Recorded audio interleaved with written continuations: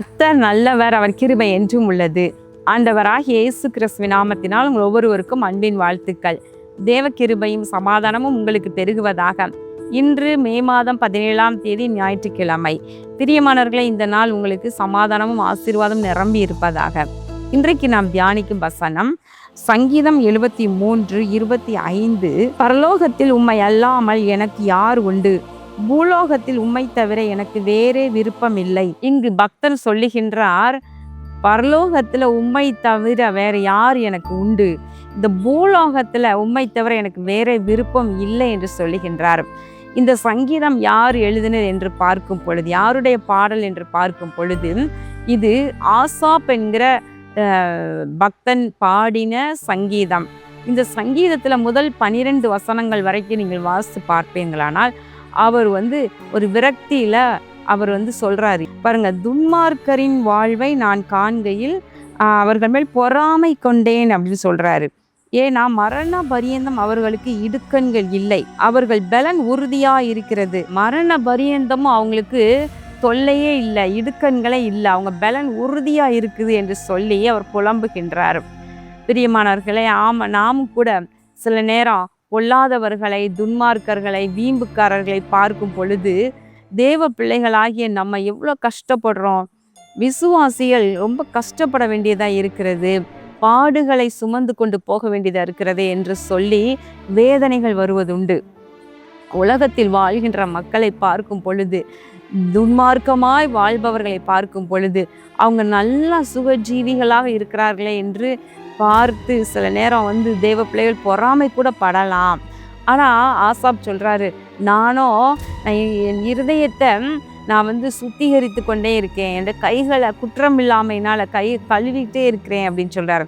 நம்ம என்ன செய்கிறோம், இன்னும் ஆண்டவர் என்னை பரிசுத்தப்படுத்துங்க, இன்னும் என்னைய சுத்தமாக்குங்க, என் இருதயத்தில் ஏதாச்சும் இன்னும் குறைகள் இருக்குதா, குற்றம் இருக்குதா, என்னை கழுவுங்க, உடைய இரத்தத்தால் கழுவுங்க, என்னுடைய சிந்தையை சுத்திகரிங்க, என்னுடைய கைகள், என்னுடைய கால்கள், என்னுடைய நாவு என்று சொல்லி எல்லாவற்றையும் சுத்திகரிங்க என்று சொல்லி நம்ம சுத்திகரிச்சுக்கிட்டே இருக்கிறோம். இயேசு கிறிஸ்துவின் இரத்தத்தினால நம்மை கழுவிக்கிட்டே இருக்கோம்.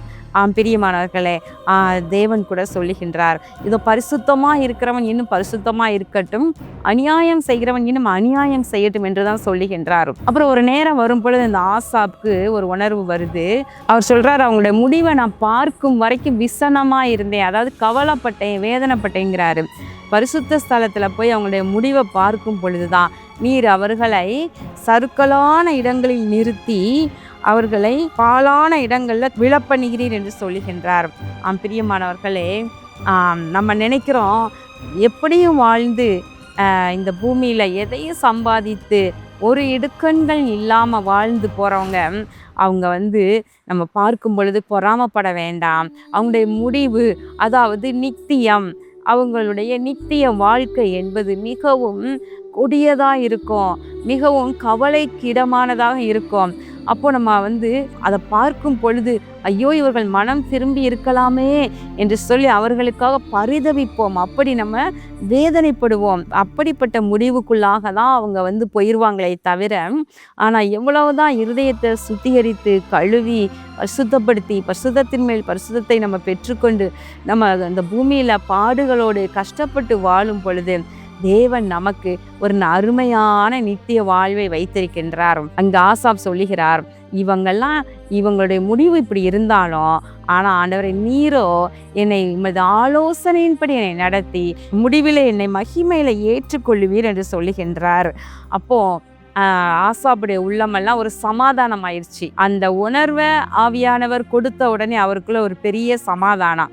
நீர் என்னைய நல்லா உடைய ஆலோசனையில் நடத்துவீங்கப்பா, கடைசியில் என்னை மகிமையில கொண்டு போய் என்னை ஏற்றுக்கொள்ளுவீங்க, மகிமையில கொண்டு போய் நிறுத்திடுவீங்க, அதனால எனக்கு கவலையே இல்லை என்று சொல்லி சந்தோஷமா சொல்றாரு.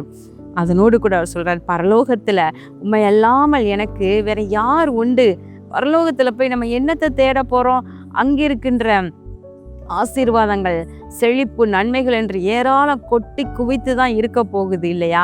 ஆனால் நம்முடைய உள்ளமோ தேவனை தேடுகின்றது. உம்மை இல்லாமல் எங்களுக்கு யார் உண்டு? நீர் தான் வேணும் ஆண்டவரே, உடைய பாதம்தான் எங்களுக்கு வேண்டும் என்று சொல்லி நம்ம சொல்லுவோம் இல்லையா? அதை போல தான் ஆசாப் சொல்றார், பரலோகத்தில் உம்மை இல்லாமல் எனக்கு வேறொருவர் இல்லை, நீர் ஒருவர் தான் எனக்கு பரலோகத்தில் உண்டு, நீர் தான் என்னுடைய ஆசை, உண்மைத்தான் அங்கு வந்து தேடுவேன் என்று சொல்வது போல விதம் எழுதுகின்றார்.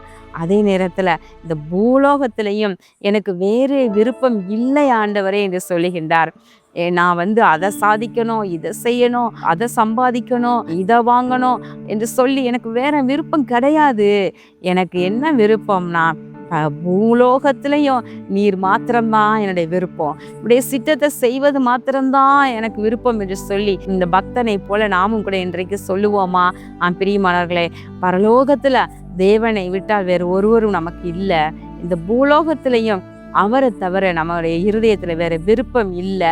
அவர் சொல்வதை கேட்பதும் அவருடைய சித்தத்தை நிறைவேற்றுவதும் அதுதான் நம்முடைய விருப்பமாக இருக்கட்டும். கண்கள் மூடி ஜெபம் பண்ணுவோமா? எங்கள் அன்பின் பரலோக பிதாவே, இதோ இந்த நாளிலும் நாங்கள் தியானித்த அருமையான வசனத்தின்படி பரலோகத்தில் உம்மை அல்லாமல் எங்களுக்கு வேற யார் உண்டு? இந்த பூலோகத்தில் உம்மை தவிர வேற விருப்பம் இல்லை ஆண்டவரே. இதோ எங்களை ஆட்கொண்டு ஆண்டு நடத்துவீராக. இயேசு கிறிஸ்துவின் நாமத்தில் வேண்டிக் கொள்கிறோம் நல்ல பிதாவே, ஆமேன். பிரியமானவர்களே, இது ஞாயிற்றுக்கிழமை நம்ம ஆலயத்திற்கு செல்லுவோம், ஆராதனை செய்வோம், பரிசுத்தவான்களோடு தேவ ஜனத்தோடு சேர்ந்து நாம் கர்த்தரை ஆராதிப்போம். அதுதான் நம்முடைய விருப்பம். அதுதான் பூலோகத்தில் நமக்கு வேற விருப்பம் இல்லை. எப்படா ஆண்டவர் ஆராதிப்பது, எப்போதான் நம்ம ஆலயத்துக்கு செல்வது? வீட்டில் இருக்கிற நேரங்களில், ஆலயம் செல்லாத நாட்களில் நம்ம என்ன நினைப்போம்? எப்போடா கர்த்தருடைய பாதத்தில் அமர்வோம், எப்போடா ஆண்டவருடைய சமூகத்தில் நம்ம அமர்ந்திருப்போம், அவரை துதிப்போம், அவருடைய வேதத்தை தியானிப்போம், அவரோடு எப்படி தான் நம்ம பேசுவோம் என்பது தான் நம்முடைய விருப்பமாக இருக்கட்டும். அப்படித்தானே இருக்குது உங்களுக்கு? அந்த வாஞ்சையில் நீங்கள் முன்னேறுங்கள், தாகமாக இருங்க. ஆண்டவர் பேரில் கர்த்தர் நிச்சயமாக ஆசீர்வதிப்பார். இன்றைக்கும் நீங்கள் ஆலயத்திற்கு சென்று கர்த்தரை தொழுது கொள்ளுங்கள். சென்னை ஆசீர்வாத திருச்சபைக்கு கூட நீங்கள் கடந்து வரலாம். விருதுநகர் அதை பக்கத்தில் இருக்கிறவங்க விருதுநகர் ஆசீர்வாத திருச்சபை கடந்து செல்லலாம். கர்த்தரை நாம் சேர்ந்து மகிமைப்படுத்துவோம். கர்த்தர் உயர்ந்திருப்பாராக. கர்த்தர் உங்களை ஆசீர்வதிப்பாராக. ஆமேன்.